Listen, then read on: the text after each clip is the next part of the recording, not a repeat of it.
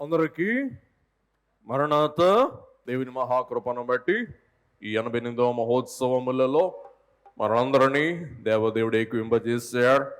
ఆయుష్కాలం, ఆరోగ్యం, మార్గసరాలం అన్ని అనుకూల వీలున్న సదుపాయములతో మనం దేవుని సాన్నిధ్యములో సమకూడగలుగు భాగ్యం ప్రభు మనకు అనుగ్రహించి ఉన్నారు.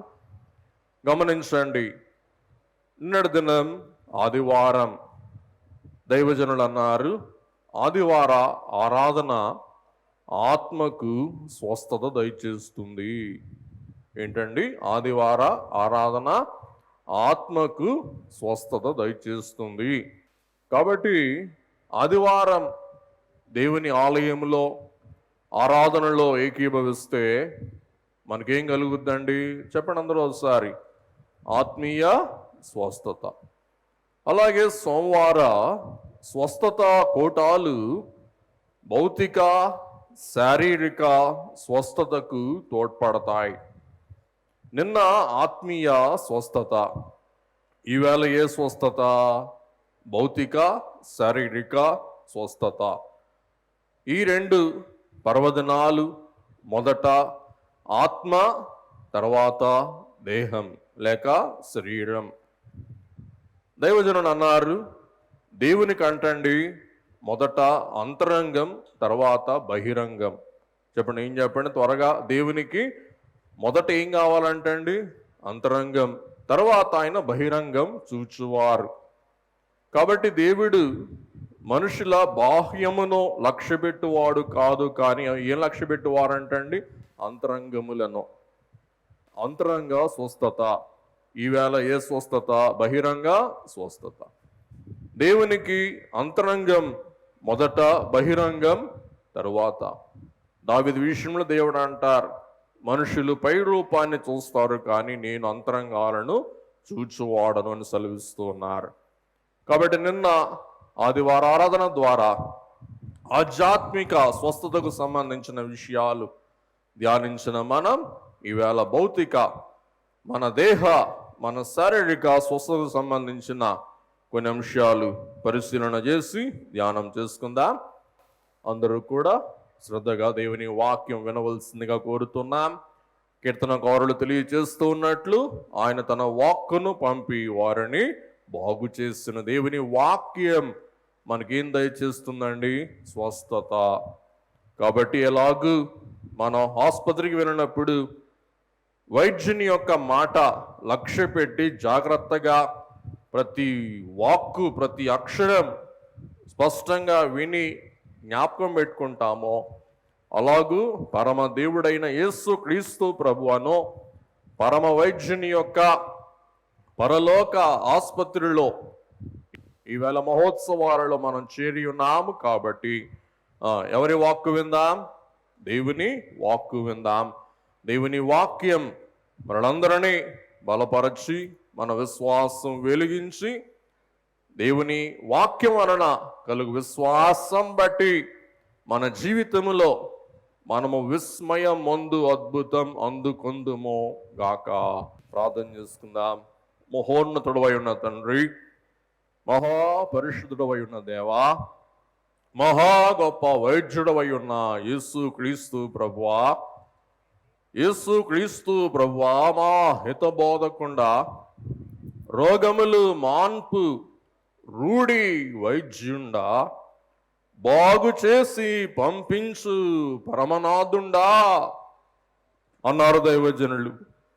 కాబట్టి పరమ వైద్యుడవై ఉన్న మీరే, రూఢి అయిన వైద్యుడవై ఉన్న మీరే, మా శరీరాలకు సంబంధించిన ప్రతి అస్వస్థతను పరిహారము చేసి ఈ కూటమి ద్వారా మాకు పూర్ణ శారీరక భౌతిక స్వస్థత దయచేయగలరని ప్రార్థిస్తూ ఆశిస్తూ ఉన్నాం స్వామి. దేవా, రోగములు తీరా పరీక్షించి బాగు చెయ్యను అని మీరు అనలేదన్నారు దైవజనులు. రోగముల నివారణ కొరకైనా యోగముల్ తాను చెప్పలేదు.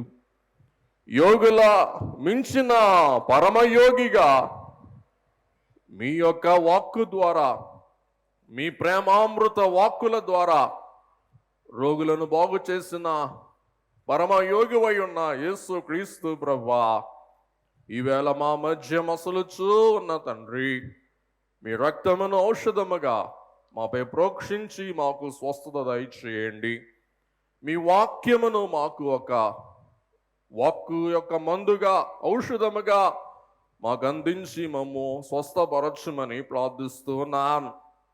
దేవా, ఆ కాలమందు మానవ సమాజములోనికి వచ్చుటకు ధర్మశాస్త్రము ద్వారా నిషేధింపబడిన కోమలి అను ఒక స్త్రీ నీ దాపున చెరగా ఆమెను చూచి, దేవా, అమ్మా, ధైర్యముగా ఉండు, నీ విశ్వాసము నిన్ను బాగు చేసినని చెప్పి ఆమెను చేదరించుకొనక ఆమెను బహు సౌమ్యముగా కోమలితనముతో విశ్వాసమును మెచ్చుకొని రూఢిగా బాగు చేసిన పరమ వైద్యుడా, ఈవేళ మా అందరికీ అవసరమైన ధైర్యమును బట్టి కలుగు విశ్వాసమును ప్రసాదించుమని ప్రార్థిస్తూ ఉన్నాం. మంచం మీద అనేక వత్సరాలుగా పడి ఉండి స్నేహితుల ద్వారా మీ వద్దకు తేబడిన రోగితో నీవు, ప్రభువా, ప్రేమతో నా కుమారుడా అని సంబోధించిన రీతిగా ఈవేళ మమ్మందరినీ నా కుమారుడా, నా కుమారి అని సంబోధిస్తూ ఉన్నారు. కాబట్టి దేవా, నీ పాపములు క్షమింపబడి ఉన్నవని పక్షవాయ రోగితో మాట్లాడినట్లు ఈవేళ మా పాపములన్నీ పరిహారము చేసి పాపం బట్టి కలుగు రోగములను పరిహారము చేయమని ప్రార్థిస్తూ ఉన్నాం. యాయీరు అనో సమాజమందరికారు నీ వద్దకు రాగా, దేవా, నీవన్నా ఇటువంటి విశ్వాసం ఇశ్రాయేలు వారిలో నేను గమనించలేదని చెప్పి వెంటనే తన కుమార్తెను చావసిద్ధముగా ఉండి మరణించిన కుమార్తె వద్దకు వెళ్ళి లేపి పునరుజ్జీవముతో యాయీరు యొక్క ప్రయాసను, విన్నపమును అంగీకరించిన తండ్రి, మీకు లెక్కలేని వందనాలు, స్తోత్రాలు చెల్లిస్తూ ఉన్నాం. 10 మంది కుష్ఠరోగులు గవిని వెలుపట, పాలెం వెలుపట ఉండవలసిన వారు నీ వద్దకు వచ్చి, యేసు మమ్ము బాగు చేయుము అనగా, దేవా, లేచి పొమ్ము, మీ విశ్వాసం మేము స్వస్థపరచనని సెలవిచ్చి, దేవా, బహిరంగ సాక్ష్యముగా యాజకులకు మిమ్ము కనుబరుచుకునగానే వారు మార్గములో వెళ్ళి బాగైనట్లు దేవా మమ్ము బాగు చేయమని ప్రార్థిస్తూ, ఆశిస్తూ, కోరుతూ మనవి చేస్తూ ఉన్నాము స్వామి. 30 సంవత్సరాల నుండి బెతస్దా అనే కోనేటి యొక్క అంచున పడి ఉన్న వారిని ప్రేమతో సముదాయించి నీవు లేచి నీ పరిపెత్తుకు నడువమని చెప్పగా, ఎలాగ 38 సంవత్సరాల రోగి ఆ వేళ నీ వాక్కును బట్టి తన పరుపెత్తుకు నడిచారో, దేవా, అట్టి అద్భుత ఆశ్చర్య ప్రభావ కార్యం మా పట్ల జరిగించుమని ఈ ఉదయ కాలమున మీ పాదం బట్టి మనవి చేస్తూ ప్రార్థిస్తూ, తండ్రి, మీ శాంతిని, మీ పరలోకపు శాంతిని, లోకమిచ్చు శాంతి కాక మీ ప్రసన్నతను మాకు అనుగ్రహించి మా హృదయములో ఉన్న కలవరమును, మా హృదయములో ఉన్న వెరుపును, మా హృదయములో ఉన్న హడావిడిని, గలిబిని పరిహారము చేసి, దేవా, మీ ఆత్మ ప్రసన్నత, మీ ఆత్మ వెలిగింపు, మీ ఆత్మ సంధింపు మా అందరికి మెండుగా ప్రసాదించుమని పరమ వైద్యుడై ఉన్న మన ప్రభు, మన రక్షకుడునై ఉన్న యేసు స్వామి పరిశుద్ధ పావన నామమున వినయముతో వేడుకొని ప్రార్థిస్తూ ఉన్నాం మా పరమ తండ్రి, ఆమేన్. పరమ వైద్యుడని యేసు క్రీస్తు ప్రభువు ఇచ్చటి చేరిన మనందరినీ తన ప్రభావ వాక్కు ద్వారా, తన గాయపడిన హస్తము ద్వారా, తన ప్రశస్త రక్తము ద్వారా మన శరీర ప్రాణాత్మలను సంధించి బలపరచి స్థిరపరచి పరిపూర్ణ శరీర ప్రాణాత్మల స్వస్థతతో అలంకరింప చేయును గాక. ఆమేన్. అందరికీ మరణాత. వాక్యం ధ్యానం చేసుకుందాం. ప్రశస్తమైన సమయం. ప్రవక్త యెషయా ప్రవక్త రాసిన గ్రంథం 60వ అధ్యాయం 5వ మొదటి నుండి 5 వచనాలు పఠించుకుందాం. 60వ అధ్యాయం యెషయా గ్రంథం మొదటి 5 వచనాలు పఠించండి అమ్మా. నీకు వెలుగు వచ్చి ఉన్నది, నీకు వెలుగు వచ్చి ఉన్నది, లెమ్ము లెమ్ము తేజరిల్లుము, తేజరిల్లుము, యెహోవా మహిమ యెహోవా మహిమ నీ మీద ఉదయించెను. నీ మీద ఉదయించెను. చూడుము, రైట్. భూమిని చీకటి కమ్ముచున్నది, కటిక చీకటి జనములను కమ్ముచున్నది.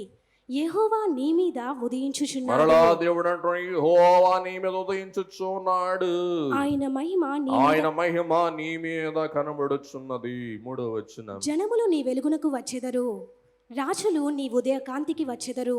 కన్నులెత్తి చుట్టూ చూడుము, వీరందరూ కూడుకొని నీ వద్దకు వచ్చుచున్నారు. నీ కుమారులు దూరము నుండి వచ్చుచున్నారు, నీ కుమార్తెలు చంకనెత్తబడి వచ్చుచున్నారు. నీవు చూచి ప్రకాశింతువు, నీ గుండె కొట్టుకొనుచు ఉప్పొంగును. సముద్ర వ్యాపారము నీ వైపు త్రిప్పబడును, జనముల ఐశ్వర్యము నీ యొద్దకు వచ్చును. 5వ వచనం అందరూ చదువుకుందాం, నాతో కలిసి మీరు ఏకీవించి చదువుకుందాం. 5వ వచనం. నీవు చూచి ప్రకాశింతువు, నీ గుండె కొట్టుకొనుచు ఉప్పొంగును, సముద్ర వ్యాపారం నీ వైపు త్రిప్పబడును, జనముల ఐశ్వర్యం నీ వద్దకు వచ్చును. గమనించండి, ఎందుకంటే ఇక్కడ ఏం వెలుగు ప్రకాశిస్తూ ఉందండి చెప్పాలా? వెలుగు, దేవుని మహిమ, దేవుని కాంతి. ఈవేళ మనమందరం సముద్రపు వ్యాపారం నీ వైపుకు త్రిప్పబడును. ఏంటంటే సముద్ర వ్యాపారం నీ వైపుకు త్రిప్పబడును. చూసారా, బయటికి పోతే అన్ని వ్యాపారాలే. గవర్నమెంట్ ప్రతి మహోత్సవం రికార్డు చేస్తుంది, ఏం జరిగింది ఏం జరిగింది ఏం జరిగింది ఏం జరిగిందని.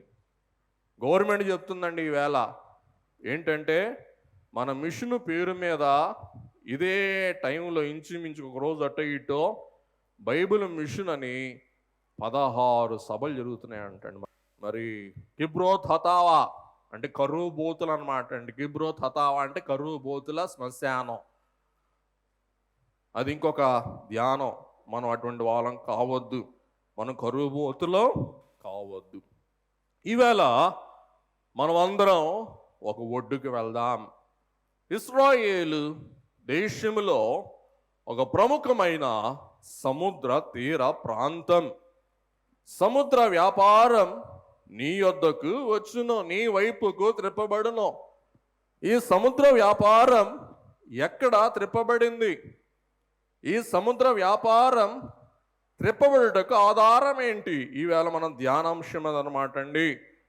ఆ సముద్ర తీరమే యొప్పే. అందరూ చెప్పండి ఒకసారి, యొప్పే. కాసాలో ఉన్న మనం ఒప్పే గురించి మనం ధ్యానం చేసుకుందాం. ఈవేళ మన అంశం యొప్పే అనో వాకిలి, యొప్పే అనో గుమ్మం, లేక యొప్పే అనో గడప. ఈ యొప్పే అనే గడపకు ఎలాగ ఐశ్వర్యం తరలి వచ్చింది, ఎలాగూ అన్యులు తరలి వచ్చారు, ఎలాగూ రాజులు ఇచ్చటికి యొప్పేకు సమకూడారు. మనం ధ్యానం చేసుకుందామండి కొద్ది సమయం. వినండి. యొప్పే అనగా సౌందర్యం, యొప్పే అనగా సొగసు. అందం వేరు, సౌందర్యం వేరు, లేక సొగసు వేరు. అందం అంటే మనస్సును ఆకర్షించే సౌందర్యం మరియు మహోన్నతమైన శ్రేష్టత అందం. సొగస్సు, వినండి, సొగస్సు అనగా మర్యాద, తగినతనము, తగినట్లు కనిపించుట, అలాగే సమతల్యత. సొగసు అంటే ఏం చెప్పండి? సమతల్యత. ఈ యొక్క చిన్న ఉపోద్ఘాతం యొప్పే అనగా సౌందర్యం, అందం, సొగసు, సమతలత, మర్యాద, తగినట్లు గౌరవముతో అలంకరించుకొనుట. ఈ యొక్క చిన్న భావముతో ఈ యొప్పే అను సొగసైన సముద్ర తీరములో జరిగిన అద్భుతాలు మనం పరీక్షించి ధ్యానం చేసుకుందాం సుమా. మొదటిది, దేవాలయ ముడి మ్రాను పోగైన వాకిలి లేక గడప. రెండవది, మృగం వంటి వారు దేవుని సంఘములో పోగైన గడప, గుమ్మం, వాకిలి. మూడవది, మాన్యులైన వారు దేవుని సంఘములో సమకూడి పోగైన వృత్తాంతమే యొప్పే. మొదటిగా యొప్పే గుమ్మములో గుండా మ్రానులు వచ్చినాయి. రెండవదిగా యొప్పే గుమ్మములో గుండా మృగాల వంటి మానవులు వచ్చాడు. మూడవదిగా యొప్పే అను గుమ్మం గుండా మాన్యులైన వారు వచ్చాడండి. ఈ మూడు విషయాలు ఈవేళ ధ్యానం చేసుకుందాం. యొప్పే సముద్ర తీరములో నుండి వచ్చిన మ్రానులు చదువుకుందాం. రెండవ దినవృత్తాంతములు 2వ అధ్యాయం 16వ వచనం. అమ్మా, మేము నీకు కావలసిన మ్రానులన్నీ హీరాము రాజైన ఆయన అంటున్నారండి, మేము నీకు కావలసిన మ్రానులన్నీ లెబానోను కొట్టించి లెబానోనులో కొట్టించి వాటిని సొలొమోను మహారాజా నీ కొరకు సముద్రం మీద తెప్పలుగా యొప్పేకు కొని వచ్చేదము. యొప్పేకి తీసుకుని వస్తాం. సముద్రం మీద తెప్పలుగా మ్రానులను యొప్పే సముద్ర తీరానికి తీసుకుని వచ్చేదాం.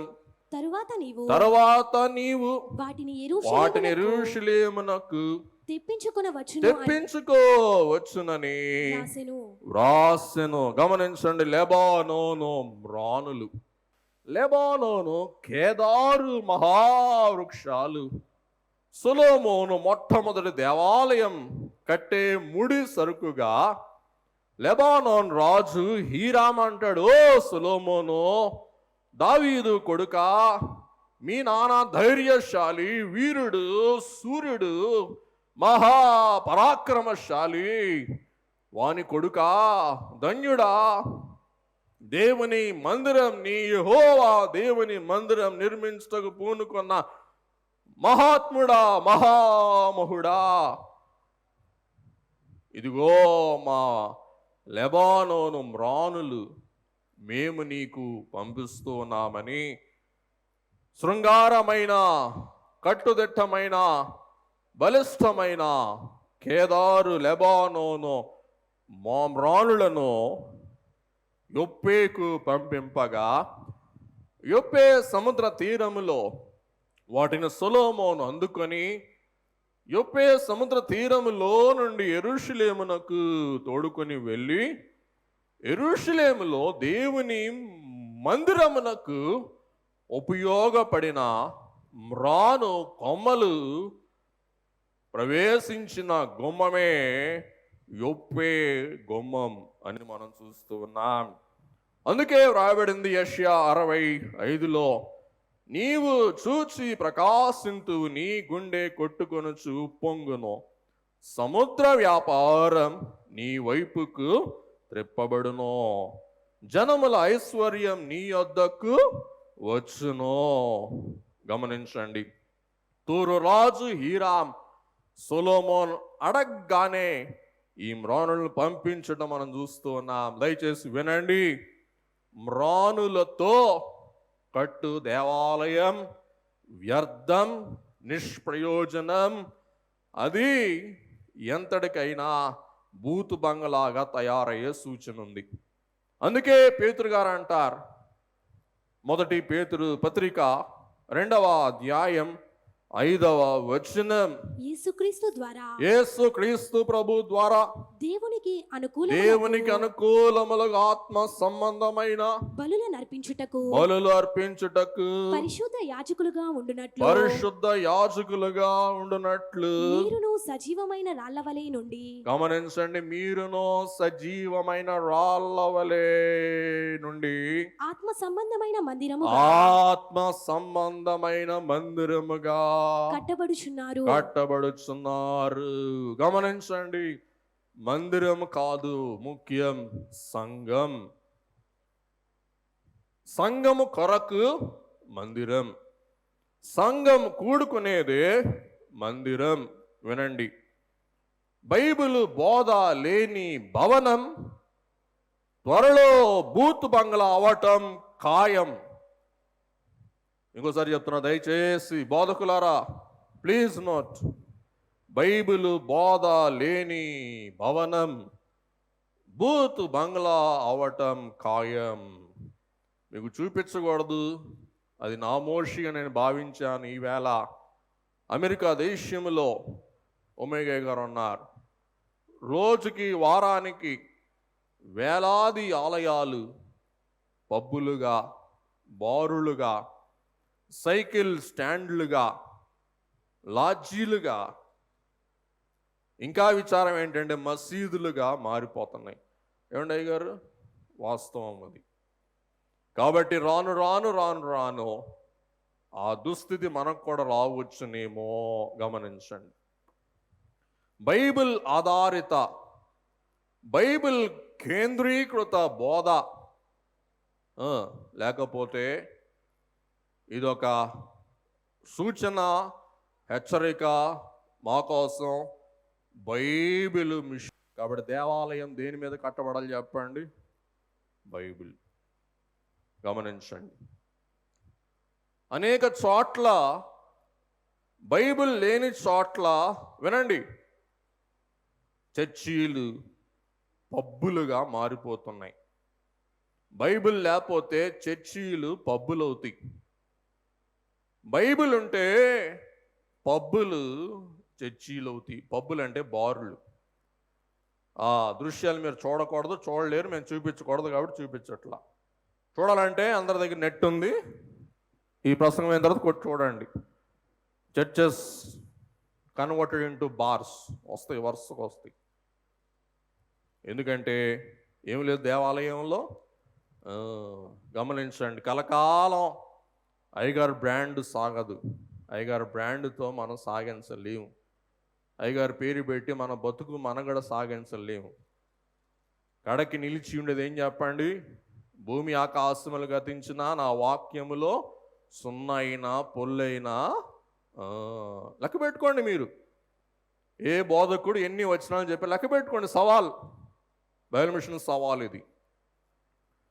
గమనించండి, పునరుద్ధాన గడపలు, మనుషులకు పునరుద్ధానం, ఆత్మీయ పునర్జీవం కలిగించవలసిన గుమ్మాలు, గడపలు బారులుగా మారి మరణ వాకిళ్ళుగా తయారవటం దరిద్రం.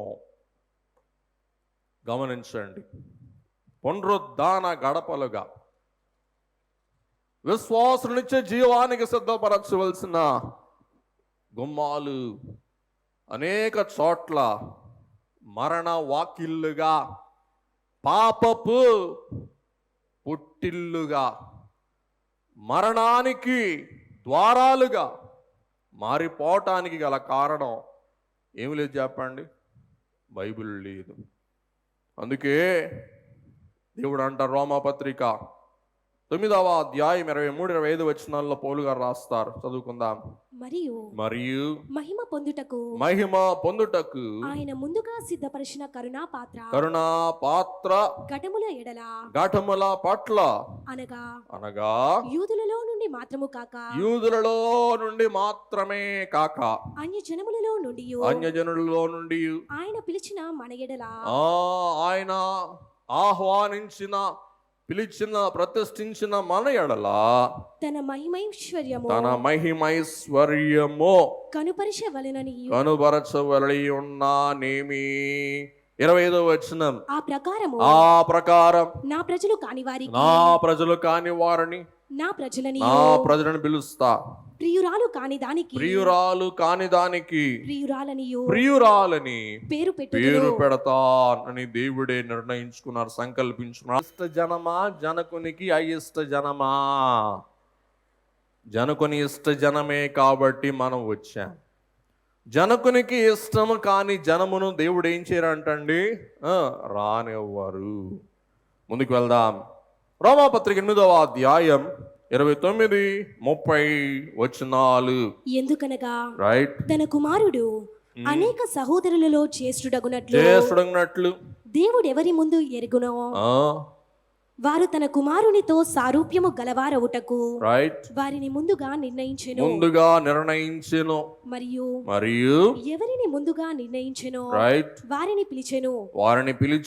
ఎవరిని పిలిచెనో వారిని నీతిమంతులుగా తీర్చెను. ఎవరిని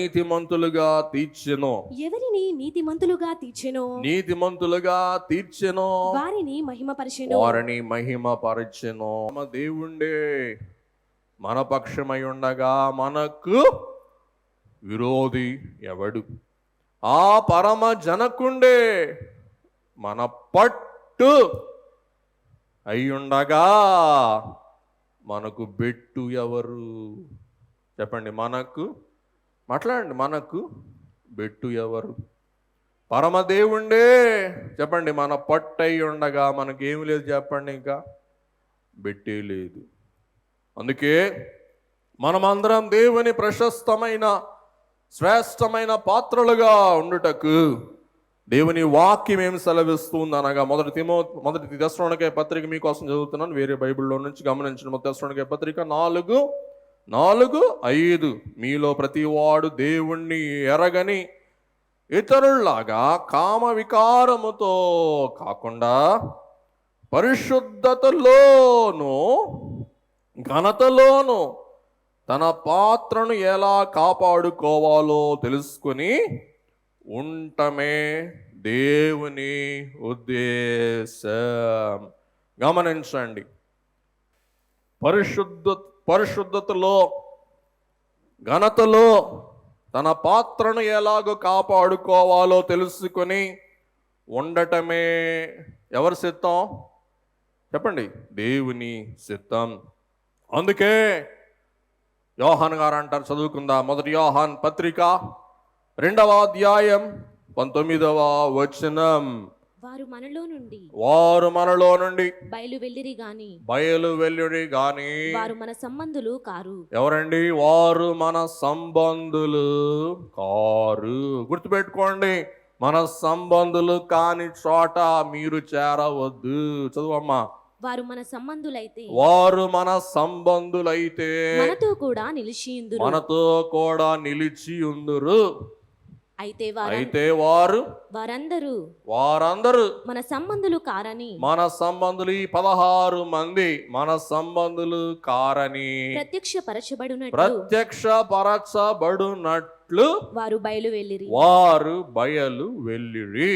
గమనించండి, బయలు వెళ్ళిన వారితో మీరు బయలుదేరవద్దు, వారి యొద్దకు మీరు బయలుదేరనే వద్దు. వారి పాపములో వారి శాపములో పాలు అసలే పంచుకోవద్దు సుమా, గుర్తుపెట్టుకోండి. కాబట్టి వారు మనలో ఉంటే వారు మనతో ఉండేవారు. వారు మనలో లేని వారు కాబట్టి వారు ఏమయ్యారు? బయలు వెళ్ళాడు. మనం ఇక్కడే ఉన్నాం, మన మిషన్ ఇక్కడే ఉంది, మన సభలు ఇక్కడే ఉన్నాయి, అన్నీ ఇక్కడే ఉన్నాయి. ఎక్కిరించి వెళ్ళినోళ్ళే కాబట్టి మనం ఉన్న వారం కాబట్టి బయలు వెళ్ళిన వారితో మనం ఏం చెయ్యొద్దు? సాంగత్యం. గమనించండి దేవుని బిడ్డలారా, ఒక భక్తుడు పార్కర్ అనే ఒక మహాభక్తుడు ఇలా తెలియజేస్తున్నాడు. సొలొమోను ఈ దేవాలయ నిర్మాణ కార్యముకై జన్మించాడంటానికి ఒక నిదర్శనం ఏమనగా, వినండి, ఒక పుష్పాన్ని నేను అందంగా మారాలి, నేను పరిమళించాలి అని గులాబీ పువ్వు చెప్పవలసిన అవసరం ఉందా? చెప్పండి, అవసరం లేదు. ఇప్పుడే నేను సంగీతము పాడాలని, మధుర స్వరాలతో గగనాన్ని నింపాలని కోయిల తలంచవలసిన అవసరం లేదు. కోయిల ప్రార్థించవలసిన అవసరం చెప్పండి అసలే లేదు. పుష్పము పూయుటకే పుట్టింది. తన సౌరభం అంతటిని ఉదారంగా వెల్లడి చీటకే సృష్టింపబడింది. వినండి, గులాబీ పువ్వు పుష్పించటానికి, పరిమళ సువాసన వ్యాపించటానికే సృష్టింపబడింది. కోయిల ప్రతి ఎముకలోనో ప్రతి రెక్కలోనో పరిశుద్ధమైన గాన కంఠమునకై దేవుడు నరనరాలని రెక్కలని కూడా కోయిల రెక్కలని నింపి అలా తయారు చేశారంటండి. లోకమంతటిని ఆశ్చర్యపరచు సంగీతమును ఆలపించుటకు దేవుడు కోకిలను సృజింపగా, కోకిల అడగనక్కరల దేవా నాకు పాఠం నేర్పించయ్యా అని. అలాగే సొలొమోను కూడా జ్ఞానముతో, జన్మతోనే, విద్యతో, పెంపకముతో, నియామకముతో ఈ కార్యమునకు నిర్దేశింపబడి భూలోకానికి పంపబడ్డారు. ఎవరండి చెప్పాలా? సొలొమోను. అందుచేత సొలొమోను సహజంగానే దేవుని గుడారం, దేవుని మందిరం కట్టడానికి జన్మకారకుడుగా, సంకల్ప పురుషుడుగా, పుణ్య పురుషుడుగా జన్మించాడు. అది దేవుని సంకల్పం. ఇంక సొలొమోను ఏం చేయనక్కర్లా, నించుంటే చాలు. దేవుడే సొలొమోను ద్వారా ఏం చేస్తారు చెప్పండి? కార్యం సాగిస్తారు. కాబట్టి హీరామ్ రాజు ఏమన్నాడు? సొలొమోను నించో, నేనన్నీ మీకు సరఫరా చేస్తాను. గమనించండి, దేవుడు నియమించిన కార్యము బలవంతముగా కాదు, సహజముగానే వస్తుంది. ఏం చెప్పండి? దేవుని నియమిత కార్యం సహజముగానే వస్తుంది. అందం ఆజ్ఞతో కాదు, స్వభావంతో వెలుగుతుంది. సంగీతం సంకల్పముతో కాదు, సృష్టిలోనే ప్రవహిస్తుంది. దైవ నియామకం ప్రయత్నముతో కాదు, జన్మతోనే చెప్పండి ప్రకటింపబడుతుంది. కాబట్టి దేవుని బిడ్డలారా, సొలొమోను ఎలాగూ సహజంగా దేవమందిరం కొరకు సృష్టింపబడ్డారో, అలాగూ సహజంగా దేవుని సేవ చేయు వారి యొక్క వరుస వేడు ఊహించి, ప్రయత్నించి, మిమిక్రీ చేసి, అలాగూ నేను తయారవ్వాలి అని జపాలు చేసి ప్రయత్నాలు చేసే వారి యొక్క సేవా పరిచయ తీరు తెన్నులు వేరు. గుర్తుపెట్టుకోండి దయచేసి, అపార్థం చేసుకోబాకండి. అందుకే ఇటువంటి కార్యాలు వచ్చినప్పుడు, మరి సోలిపోయినప్పుడు, నీరసం వచ్చినప్పుడు మా అమ్మగారు చెప్పేవారు, అబ్బాయి గమనించండి, పులి కడుపున పులి పుట్టును, పిల్లి పుట్టదు. ఏం చెప్పండి? పులి కడుపున పులి పుట్టుద్ది. బాబు, మీ తాత పులి, మీ నాన్న పులి, నువ్వు పులి బిడ్డవి, నువ్వు పిల్లివి కదా, ఎందుకు భయపడతావు అంటే ఏం వచ్చేది చెప్పండి? ఎక్కడలేని ఉత్సాహం వచ్చేది. కాబట్టి తల్లులుగా మీరు ఏం చేయనక్కరలా, మీ పిల్లలైన వారికి ఏం చేయండి? ప్రోత్సాహం ఇవ్వండి, పురికొల్పండి. కాబట్టి అదే చెప్తూ ఉంటాను పొద్దస్తమానం. మరి మా నాన్నగారి దగ్గర పటిమ ఉంది, మా అమ్మగారి దగ్గర పట్టుదల ఉంది. మరి మా నాన్నగారు ఏం చేసినా కానీ సంపూర్ణంగా చేయాలని ఆశించే వ్యక్తి. మా అమ్మగారు ఏది పట్టినా కానీ వదలకూడదన్న వ్యక్తి. అట్లానే మరణంతో పోరాడింది, సాధించింది 7 సంవత్సరాలు. కాబట్టి ఈ లోకములో ఎవరు రాణించాలన్నా అవసరమైనవి నేను నేర్చుకున్న పాఠం ఏంటి? 2 ఒకటి పట్టిమ. ఏం చేసినా కానీ సంపూర్ణంగా చెయ్యి, లేకపోతే చేయబాక. రెండవది పట్టు. ఏది ప్రయత్నించినా దాన్ని తుదముట్టించు, మధ్యలో వదిలిపెట్టేబాక, పిరిగివాడు అవ్వబాక. కాబట్టి దేవుని బిడ్డలారా, పులి అనగా దేవుని బిడ్డలం. దేవుని బిడ్డలమైన మనలో దేవుని ఆత్మ ఉంటుంది, కానీ సొంత ఆత్మ, నరాత్మ, దురాత్మ, ప్రేరేపిత ఆత్మలు ఉండకూడదు. ఈ వాస్తవానికి చెప్పకూడదు కానీ చెప్పాలా. మనాడు గతించిపోయినప్పుడు 7 నిమిషాల్లో సెట్ అయిపోయాం. మరి మా సోదరు ఇక్కడ ఉంది, అమెరికాలో ఉద్యోగం చేస్తుంది, మహోత్సవాలకు వస్తుంది, మా మధ్య ఉంది. మా సోదరుని కూడా 7 నిమిషాలు మాట్లాడా, సెట్ అయిపోయింది, నేను ఏడన్నా అని చెప్పేసింది. కానీ మరి మా వెనకాల ఉండి పురికొల్పి ప్రోత్సహించి నీరు గారినప్పుడు, సోలిపోయినప్పుడు, సమస్యలున్నప్పుడు మమ్మల్ని బలోపేతం చేసి వెన్ను తట్టి, బొడం తట్టి, నడుము తట్టి మరి నడిపించే తల్లి ఏమి విడిచినప్పుడు మరి 7 సంవత్సరాలు పట్టిందన్నమాట అండి అది తట్టుకోవటానికి. ఇప్పుడు కూడా వింతగా ఉంటుంది. అందుచేత ఓ తల్లులారా, తండ్రులుగా మేము బజార్లు తిరుగుతూ ఉంటాం. ఇక్కడ తల్లులు చాలామంది ఉన్నారు. ఒకసారి మాతృమూర్తిలో ఒకసారి మీ చెయ్యి చూపించండి పైకెత్తి ఒకసారి. కాబట్టి మీరేం చేయనక్కరలా, మీ పిల్లలైన వారికి మంచి మాటలు చెప్పి ప్రోత్సాహం ఇవ్వండి. మరి ముందేమో గుండె ధైర్యం ఉన్నట్లు కనపడేది, ప్రోత్సాహం ఇచ్చేది, వెనకాల వెళ్ళి పాపం బాధపడేది, ప్రార్థన చేసేది. కాబట్టి మీలో బిడుగుతనం, పిరిగితనం, భయం ఉందా? మీ పిల్లలు ప్రదర్శించబాకండి. ధైర్యంగా వాళ్ళకి ఉండండి, ధైర్యం చెప్పండి. మీ పిరిగితనం, మీ భయం, మీ ఆందోళన, మీ గూబులు, మీ గలిబిలంతా కూడా ఎక్కడ చెప్పుకోండి? దేవుని సన్నిధిలో. అప్పుడు పిల్లలు రాణిస్తారు, మీరు రాణిస్తారని మనం చేస్తూ ఉన్నాను. ముందుకు వెళ్దాం. ఎజ్రా గ్రంథం 3వ అధ్యాయం 7వ వచనం. మరియు వారు కాసేవారికిని వడ్రవారికి ద్రవ్యమునిచ్చిరి. కాబట్టి కాసేవారికి, వడ్రవారికి వారు ఏం చేశారంటే ద్రవ్యం ఇచ్చాడు.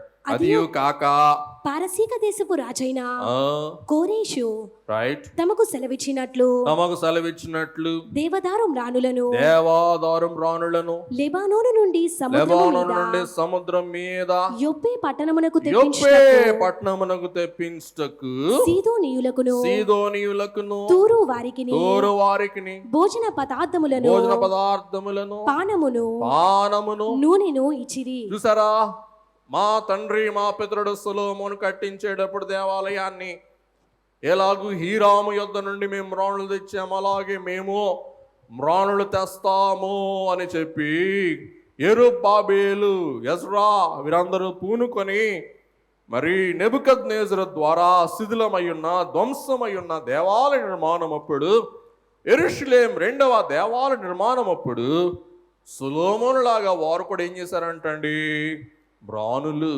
లెబానోనును తీసుకుని వచ్చి శిథిలమయ్యున్న దేవాలయమును వారు పునర్నిర్మించుట మనం చూస్తూ ఉన్నాం. సార్ ఒక్కసారి చాలాసేపు వాక్యం చెప్పుకున్నాం, కొంచెం రిలీఫ్ కోసం ఈ యొప్పే యొక్క నిజస్థితి ఓసారి వీడియోలో చూసేయండి. త్వరగా వాక్యం ముందుకు వెళ్ళిపోదాం. చదవండి, చూపించండి.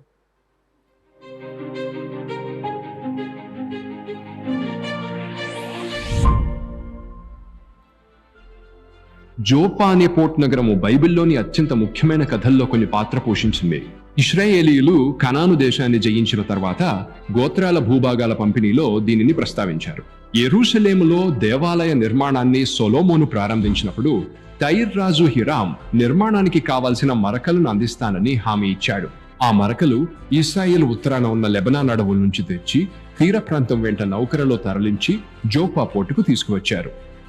అక్కడి నుంచి మరకలను యెరూషలేంకు తీసుకెళ్లారు. దాదాపు 2 శతాబ్దాల తర్వాత జోపా మళ్లీ ప్రాధాన్యతకొస్తుంది. కానీ ఈసారి ఇది ప్రయాణ ప్రారంభ బిందువుగా నిలుస్తుంది.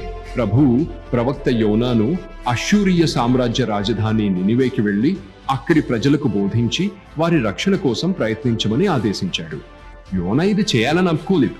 అష్షూరియులు ఇతర జాతులకు శత్రుత్వంగా ఉండేవారు. అందుకే ప్రవక్త వారికి రక్షణ కలగాలని కోరలేదు. అందుకే యోనా జోప్పకు వెళ్లి స్పెయిన్ తీరంలో ఉన్న దూరపు పశ్చిమ నగరం తర్షీషుకు వెళ్లే ఓడలో ఎక్కాడు. మరో 200 సంవత్సరాల తర్వాత క్రీస్తుపూర్వం 586లో యెరూషలేము నాశనమైన తర్వాత దశాబ్దాల తర్వాత మళ్లీ నిర్మించబడినప్పుడు మనకు ఇదే కథ మళ్లీ జరుగుతున్నట్టు కనిపిస్తుంది. పెర్షియా చక్రవర్తి సైరస్ బబులోన్ చెర నుండి యూదులను యెరూషలేముకు తిరిగి వెళ్లేందుకు అనుమతించినప్పుడు వారు దేవాలయాన్ని మళ్లీ నిర్మించేందుకు సిద్ధమయ్యారు. మళ్లీ లెబనాన్ అడవుల నుండి కలపను తెచ్చి తీర ప్రాంతం వెంట జోప్పకు తీసుకొచ్చారు. ఇది రెండవ దేవాలయం యొక్క నిర్మాణం. దీనినే హెరోదు మహారాజు అత్యంత వైభవంగా విస్తరించారు మరియు యేసు ప్రభు అక్కడే ఆరాధించి బోధించారు. కానీ జోపా నూతన నియమంలో ఉన్న ఒక ముఖ్యమైన సంఘటనలో కూడా పాత్ర పోషిస్తుంది. పెంటకోస్తు దినం నుండి సంఘం ఆవిర్భావం జరిగినప్పటి నుండి మారిన వారందరూ యూదుల వారసత్వం కలవారే. కానీ అది మారబోతోంది. ఎందుకంటే మొదటి అన్యజనులు అంటే యూదులు కానివారు క్రైస్తవులుగా మారబోతున్నారు. ప్రవర్తన గ్రంథంలో కొర్నేలియస్ అనే ఒక రోమన్ శతాధిపతి గురించి మనకు చెబుతారు. అతను అతని కుటుంబ సభ్యులు మరియు సన్నిహిత మిత్రులతో కలిసి యేసు శిష్యులుగా మారబోతున్నారు. ప్రేరితుడు పేతురు కొంతమంది యూద క్రైస్తవుల అభ్యర్థనపై ఇటీవల మరణించిన డోర్కస్ లేదా తబితా అనే క్రైస్తవ మహిళను మళ్లీ జీవింపజేయడానికి జోప్పకు వెళ్ళాడు. ఆమెను పునరుద్ధానపరిచిన తర్వాత పేతురు జోప్పులో సైమన్ అనే ఒక చర్మకారుని ఇంట్లో ఉండిపోయాడు. ప్రభు యొక్క ఒక దూత దర్శనంలో కొర్నేలియస్తో మాట్లాడి అపోస్తలుడు పేతురును పిలిపించమని, అతను కొర్నేలియస్కు యేసు మరియు క్రైస్తవ విశ్వాసం గురించి బోధిస్తాడని చెప్పాడు. ఆ సమయంలో కొర్నేలియస్ మెడిటరేనియన్ తీరంలో ఉన్న కైసేరియా నగరంలో ఉన్నాడు. పేతురు దక్షిణంగా ఉన్న జోపోలో ఉన్నాడు. అందువల్ల కొర్నేలియస్ దర్శనంలో ఈ శతాధిపతిని కలవమని చెప్పబడిన పేతురుని పిలిపించాడు. అందుకే పేతురు తీరాన్ని ఆనుకుని ఉత్తరంగా ప్రయాణించి కైసరియాకు వెళ్ళాడు. పేతురు కొర్నేలియస్ మరియు ఇతర అన్యజనులకు సువార్తను బోధించినప్పుడు వారు సువార్తను ఆమోదించి క్రైస్తవులుగా మారారు. ఈ పురాతన నగరానికి సంబంధించిన బైబిల్ సంఘటనల సమాహారం ఎంత ఆసక్తికరంగా ఉంది. పురాతనతతో నిండిన ఈ నగరం నేటి పర్యాటకులకు ఆకర్షణీయమైన ప్రదేశమే కాకుండా దాని స్థానం మరియు చరిత్ర బైబిల్ భూమిలో విశ్వాసం మరియు వాస్తవం మధ్య బలమైన అనుబంధాన్ని ఏర్పరుస్తుంది. రెండవది మనం చూస్తే యోనా దేవుని మాట యోనాకు బయలుపడి, యోనా నినివే అనగా అష్షూరు వారి రాజధానికి వెళ్ళి నీవు సువార్త ప్రకటించు అని సెలవిచ్చినప్పుడు బాబు యోనా నినివే వెళ్ళకుండా యోనా యొప్పేకు, మళ్ళా యొప్పే మనకు కనబడుతుంది, యొప్పేకు వచ్చి కేవు టికెట్ తీసుకొని యొప్పే బదులు తార్షీషుకు బయలుదేరతాడు. యొప్పే 500 మైళ్ళు, యొప్పేకు నినివే 885 కిలోమీటర్లు. చూడండి గ్రాఫ్. కానీ నినివే వారు మూర్ఖులు, దుష్టులు, అన్యజనులు, దేవుని విరోధులు. వారు నాశనం కావాలని దేవుని మాట ఆయన మీతో చెప్పినది చేయుడి అనకుండా ప్రక్కన పెట్టేసి యొప్పే నుండి 5 అంతలు ప్రయాణం, 4023 కిలోమీటర్లు. ఇదేం నినివే టర్కీ. అక్కడ నుండి బయలుదేరి స్పెయిన్, ఇజ్రాయేల్ నుండి స్పెయిన్, అసలు వేరే ఖండానికి వెళ్ళడానికి ప్రయత్నం చేస్తాడు. ఎక్కడి నుంచి? యొప్పేకు. మీ అందరికీ తెలుసు నినివే నుంచి బయలుదేరిన యోనా పరిస్థితి ఏమైందో. వాక్యం చూద్దాం. యోనా గ్రంథం 1వ అధ్యాయం 8వ వచనం. తుఫాను. చదవండి అమ్మ. 8 నుండి 10 వచనాలు. కాబట్టి వారు అతని చూచి, యోనాను చూచి, ఎవరిని బట్టి ఈ కీడు? ఈ చీట్లలో యోనాని చీటు వచ్చింది, ఎవరిని బట్టి ఈ కీడు మాకు సంభవించునో? నీ వ్యాపారం ఏమిటో? అయ్యా నువ్వెవరివి? నీ వ్యాపారం ఏంటి? నీవెక్కడ నుండి వచ్చితివో? నీవెక్కడ నుండి వచ్చావు? నీ దేశమేదో? నీ దేశమేదో? నీ జనమేదో? నీ జనమేదో? ఈ సంగతి అంతయు మాకు చెప్పాయా అంటారు. 9వ వచనం చదువమ్మా. అతడు వారితో ఇట్లా ఏమని? నేను హెబ్రీయుడను, నేను హెబ్రీయుడను. సముద్రమునకును. చూసారా చూసారా చూసారా? యోనాకు తెలుసు సముద్రానికి, భూమికి సృష్టికర్తయై ఆకాశమందుండు దేవుడై ఉన్న యెహోవా యందు నేను భయభక్తులు గలవాడనై ఉన్నాను. భయభక్తులు గలవాడ యోనా? భయభక్తులు గలవాడితే అలా చేస్తాడా? 10వ వచనం తెలిసిపోద్ది భయభక్తులు గలవాడో లేదో. 10వ వచనం చదువుకుందా. తాను యెహోవా సన్నిధిలో నుండి యెహోవా సన్నిధిలో నుండి పారిపోవుచున్నట్టు ఆ, అతడు ఆ మనుష్యులకు తెలియజేసి ఉండెను. చెప్పాడు, నేను దేవుని సన్నిధిలో నుండి వెళ్ళిపోతున్నా. దూరంగా బయలుదేరా, స్పెయిన్ దాకా బయలుదేరా. ఏమండి, 500 టికెట్లు పెట్టి ఎవరన్నా దూరంగా వెళ్ళటానికి ప్రయత్నం చేస్తారా అండి?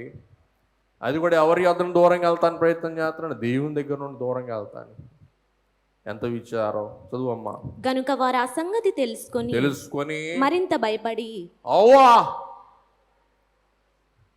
ఆకాశాన్ని భూమిని కలుగజేసి సమస్త నిర్వహిస్తున్న దేవుని దగ్గర నుండి నువ్వు పారిపోయావా? అవ్వా, ఎంత పని చేసావయ్యా అవ్వా అని వారు.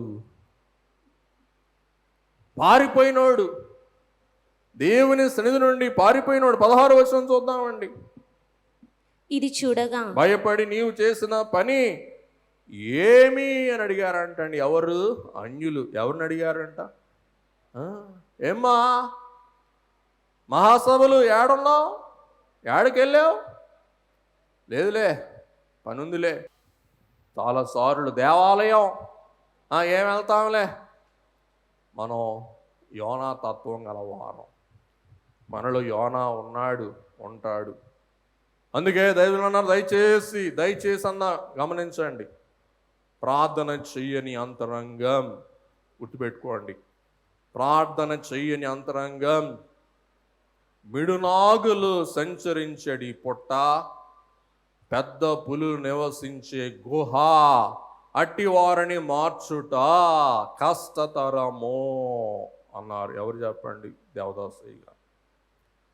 బైబిల్ చదవకుండా రోజు ప్రార్థన చేయకుండా ఉండే వారి అంతరంగాలు ఎట్లాంటివి అంటండి? అంటే పాములు ఉండే పొట్ట, మిడనాగులు, జాతి నాగులు ఉండే పొట్ట, ఇంకా పెద్ద పులులు వాసం చేసే గుహ. వారిలో క్రూరత్వం, కఠినత్వం, మూర్ఖత్వం, కుళ్ళు, ఈర్ష్య, అసూయ, క్రోధం, మత్సరం ఎన్ని దాగుంటాయండి. ఇంత దౌర్భాగ్యం చూసారా? ఎవరు వారు? ప్రార్థన చెయ్యనివారు. ప్రార్థన నేను బిడ్డలారా, 16వ వచనం. యోనాను సముద్రంలో పడవేసి 16వ వచనంలో అన్యులైన వారు దేవుని తట్టు మల్లుట దోణిలోనే ప్రారంభమైంది. తర్వాత నినివే పట్టణంలో చేప యోనాను కక్కేసింది. గమనించండి, అది ఒక అద్భుతం. చేప కడుపులో 3 దివారాత్రులు ఒక మనిషి బతికి నినివే దాపున, నినివే తీరాన్న నోవా కక్కబడేటప్పటికే అది ఒక అద్భుతమైంది వారికి. ఈయన ఎవరో, ఈయనెక్కడోడో చేప కక్కి చేప మింగి మళ్ళా కక్కిందంట. ఇదొక అద్భుతం. అందుకే ప్రభువు అద్భుతాలు చూస్తే తప్ప మీరంత మాత్రము నమ్మరు. నినివే వారు మారుటకు, క్రైస్తవ్యములోకి, యోధా మతములోనికి, పశ్చాత్తాపములోనికి ప్రవేశించుటకు దేవుడే యోనాను ఒక అద్భుతముగా, ఒక అద్భుతమైన సూచనగా నినివే వారి వద్దకు పంపించారు. గమనించండి, స్వస్థత మారు మనస్సుకు సూచన. స్వస్థత సంఘ స్థాపనకు మిక్కిలి అవసరం. అందుకే దైవజనులు అన్నారు, గమనించండి దయచేసి ఈ 3 మాటలు చెప్పండి. రోగి, మాట్లాడట్లా, రోగి, భోగి, యోగి. రోగి అంటే రోగిష్టి, వ్యాధిగ్రస్తుడు. భోగి అంటే బాగుపడ్డాడు. యోగి అంటే విశ్వాసి. రోగి ఏమవ్వాలంట? బాగుపడ్డాక భక్తుడు అవ్వాలా. యోగిగా మారకపోతే మళ్ళా భోగి అయిపోతాడు, మళ్ళా రోగి అయిపోతాడు. అర్థమైందా అండి? ఎలివేటర్ మీద నించున్నప్పుడు మనం పైకి వెళ్ళాలా. కిందకి దిగడానికి ప్రయత్నం చేసాం, ఏం చేస్తుంది? అది పైకి నెట్టుద్ది. అలాగే ఇవాళ స్వస్థత కూటం కాబట్టి చెప్పండి అందరూ ఒకసారి. నెంబర్ 1 రోగి, గట్టి చెప్పండి. నెంబర్ 1 రోగి. నెంబర్ 2 భోగి. భోగం అంటే ఆనందం, అమ్మయ్యా బాగుపడ్డాను, ఎంతో ఆనందం. 3 ఏం చెప్పండి? యోగి. యోనా రోగి, దేవుని సహవాసమును దూరమయ్యాడు. నినివే దాపున భోగి, అమ్మయ్యా. యోనా గ్రంథం 2వ అధ్యాయం 10వ వచనం చదువమ్మా. అంతటా యెహోవా మత్స్యమునకు ఆజ్ఞ చేపకు ఆజ్ఞయ్యగా అది యోనాను నేల మీద అది యోనాను నేల మీద కక్కి వేసిన. ఇప్పుడు భోగి యోగి అవ్వాలా, కానీ యోగి అవటానికి ఇష్టం లేదు. సువార్త చెప్పడానికి ఇష్టం లేదు. అన్యులైన వారు స్వస్థత ద్వారా, సువార్త ప్రకటన ద్వారా దేవుని రాజ్యములో ప్రవేశించుట యోనాకి ఇష్టం లేదు. అందుకే యోనా ఒప్పుకుంటాడండి. 4వ అధ్యాయం 2వ వచనం. అమ్మ చదువు అమ్మా. యెహోవా నేను నా దేశమందుండగా, నేను నా దేశంలో ఉండగానే ఇట్లు జరుగునని నేను అనుకుంటేని కదా. నీవు మంచోడు అని నేను బోధ చేస్తే, నా బోధ ద్వారా నినివే వారు మారు మనసు పొందుతారని, నినివే వారు నువ్వేమి చేయవని, నినివే వారు నిన్ను నాశనం చేయవని, నినివే వారిని నాశనం చేయాలని అనుకొని, నినివే వారి కీడు చూడాలని నేను తలంచి, అందుకేనయ్యా నీ నుండి నేను స్పెయిన్ బయలుదేరానయ్యా అంటాడండి మారు మనస్సు లేని ప్రవక్త. మారు మనస్సు లేని ఎంత బోధకుడైనా. యోనా ఎవరండి? బోధకుడు. కానీ ఏం లేదు, మారు మనస్సు లేని బోధకులకు యోనా గారు ప్రెసిడెంట్ అంట, నాయకుడు అంటండి. 3వది మాన్యులకు సువార్త ప్రకటించి. నినివే వారు మృగాల్లాంటి వారు. వారంటండి ఎక్కడ యుద్ధానికి వెళ్ళినా కానీ మనుషుల్ని చీరి చర్మం ఒలిసి వారి దూలాలకి ఆ చర్మాలు డెకరేట్ చేస్తారంటండి. అంత దుష్టులు. టైం లేదు, ముగించేస్తున్నా. అంత దుష్టులు.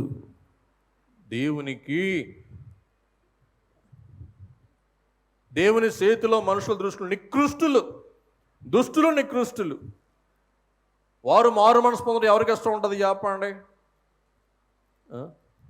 దయచేసి ఎలాగూ దొర్క లేక తబిత మరణింపగా పేతురుకి కబురంపగా లొద్దాలో ఉన్న పేతురు యొప్పే వచ్చి యొప్పేలు అద్భుతం చేయగా స్వస్థతను బట్టి కొర్నేలి ఇంటి వారు సంఘములో చేర్చబడ్డారు. యొప్పేలో మొదట దేవాలయము కొరకు మ్రానులు వచ్చినాయి. యొప్పేలో యోనాను బట్టి మృగం వంటి నినివే వారు యూదులుగా మారారు, దేవుని బిడ్డలుగా మారారు. అదే యొప్పేలో దైవ సంకల్పం బట్టి తబితా లేక దోర్క బాగుపడగా కొర్నేలి అను ఇటలీ దేశ నాయకుడు శతాధిపతి మార్పు చెంది సంఘములో చేర్చబడ్డాడు. మనం గమనించేది ఏంటంటే స్వస్థత, సంఘ సభ్యత్వం. అందరూ చెప్పండి ఒకసారి. స్వస్థత, సంఘ ప్రవేశం. మొదట మ్రాను నిర్మాణమైంది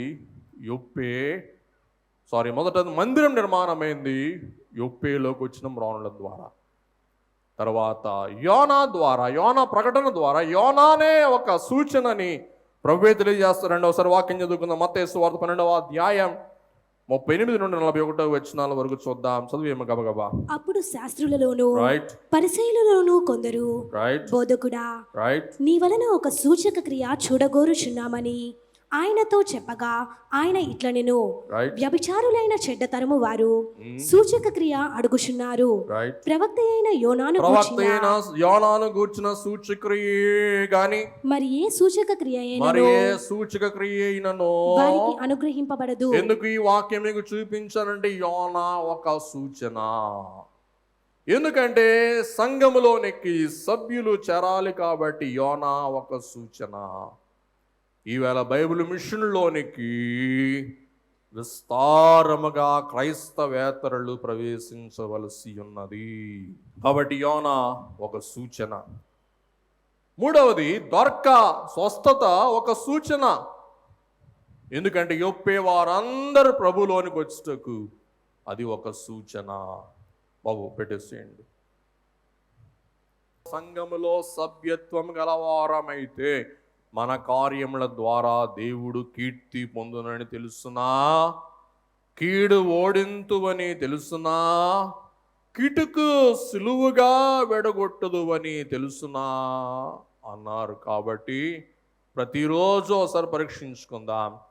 నేను సంఘ సభ్యురాలను సభ్యుణ్ణి కాబట్టి నా వలన ఈవేళ దేవునికి ఏ మహిమ కలిగింది, నేను ఈవేళ ఏ కీడు గెలిచా, నేను ఈవేళ కిటుకు పెట్టానా, కిటుకు విడగొట్టానా ఆలోచించుకుందాం. ఇప్పుడు మనం చెప్పండి, కిటుకు పెట్టే వాళ్ళమా, కిటుకు విడగొట్టే వాళ్ళమా?